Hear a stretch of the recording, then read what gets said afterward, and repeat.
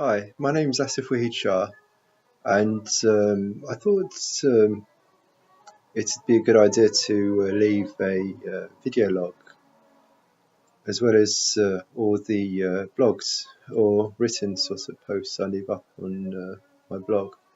Um, just to give some sort of idea of, you know, or some other sort of aspect of, what it is or who it is that's going on about these things about paranoid schizophrenia and stuff like that. Um,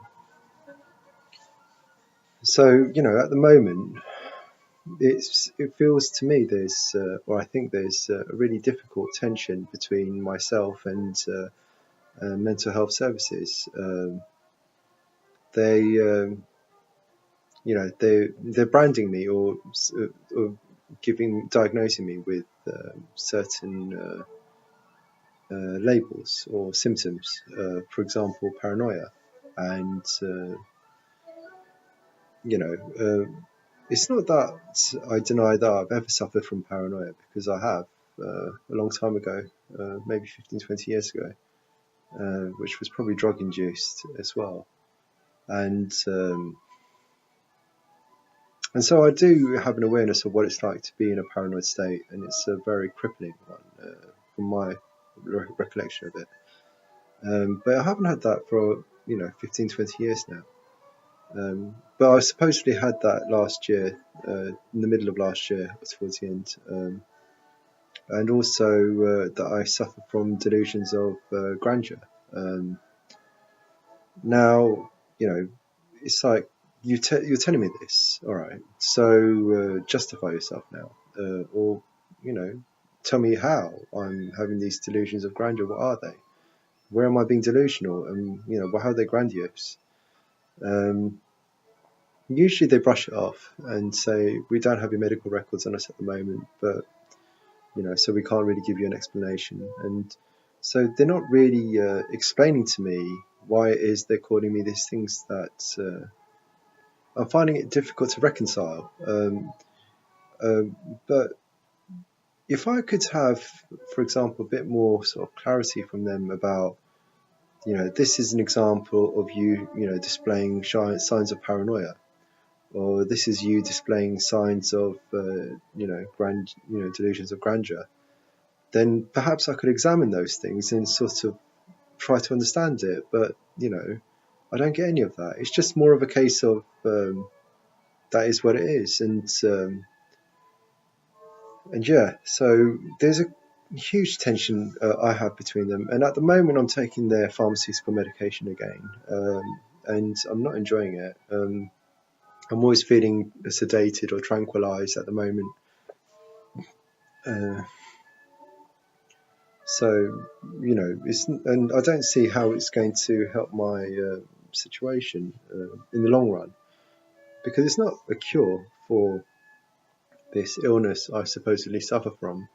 It's just to alleviate certain symptoms, and to have to take this thing throughout my life is not an option for me. I was taking it religiously for a very long time. From when they first diagnosed me in 2001 until after I left uh, uh, a mental health ward in 2010. Then since then, it's been a bit off and on. It's just there's certain side effects to these medications. I've suffered from side effects like huge weight gain, anxiety attacks, glare, sort of look, sort of being just zombified in the world. Um, so as these are just examples, also, when I started taking a certain antipsychotic, I started losing my hair and getting alopecia quite severely. Um, it was only after I stopped taking it did that kind of start to recover. Um, but yeah, anyway, last year I was put under a community treatment order, which means they forced me to take their medication. And at present, they're putting certain demands on me to give me any support with finding employment. So, for example, I need to take the medication every day, and I need to stop drinking alcohol completely. Now, I find it difficult. There was no compromise with them on this matter. They're only willing to give me support in how to, sort of guide myself back into or to get back into the workplace again. But only if I stop drinking altogether and start taking the medication every day. I'm kind of feel at odds with them on this point, and I'm going to start work anyway on a part-time basis next week, as I've got a job now as a support officer. So I will just have to figure the other things out myself, and I have been trying to anyway. I've spoken to the Department of Work and Pensions, and so I can work within a permitted work scheme, under that. So it's manageable, it's doable, but so I'm not going to really sort of meet their demands, because I'll do it as I have to do it, and I will be starting work anyway. So what support are they planning to give me now anyway? And I'm not going to stop drinking, and I will stop taking their medication at some point, because I don't want to start work all sedated and anxious and stuff like this again. So yeah.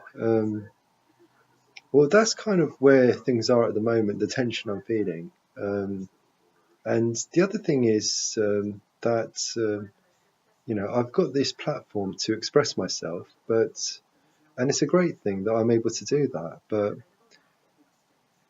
for me, I'm not really seeing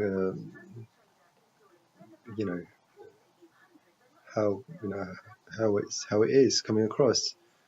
To me, everything's a bit relational. So anything I do relates to something else or to someone else, and so if I'm doing all this stuff, and it's kind of like seeing blind at the moment. It's kind of like just putting it all out there and just going off on one, and